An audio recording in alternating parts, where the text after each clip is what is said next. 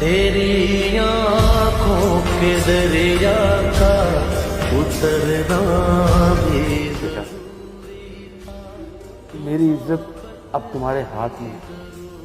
मैंने बहुत बड़ी गलती कर दी जो अपनी ही बेटी का घर खराब किया।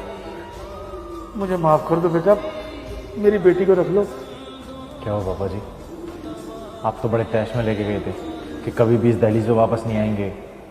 हमारा घर कंजड़ खाना है, रहने का तरीका नहीं है, रखने का तरीका नहीं है। अपनी हद में रहे और तू इन कपड़ों में कहीं नहीं जाएगी।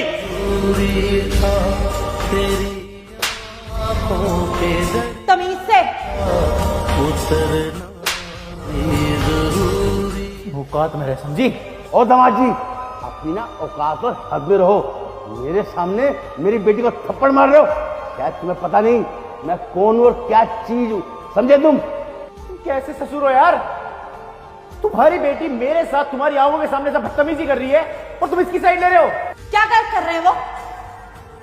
तुम्हारी घटिया और छोटी सोच है जो कपड़ों तक रुकी हुई है।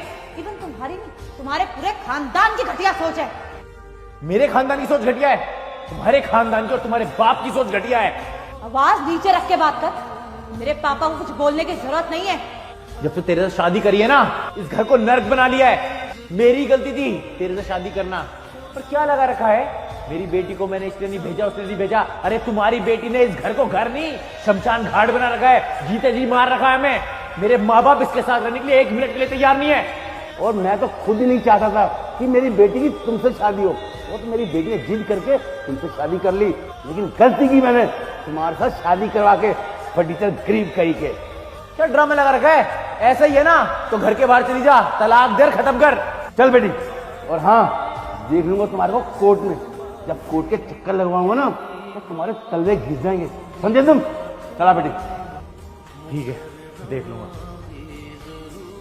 मैं तुम्हारे आगे हाथ जोड़ता हूँ बेटा, मुझसे बहुत बड़ी गलती होगी बेटा। अगर इसे रखवाना है तो मेरे घर वालों से मांगनी पड़ेगी आप दोनों को माफ़ी। अगर वो कहेंगे तो मैं रख लूँगा, और नहीं तो मैंने जोड़ा आपके आगे हाथ। कभी तुम टेंशन मत लो। मैं मम्मी से माफ़ी मांग लूँगी, पापा से माफ़ी मांग लूँगी और वो मान जाएंगे। और मम्मी पापा बाहर गए हुए हैं, रात को 9 बजे के बाद आएंगे, तब आ जाना। ठीक है बेटा।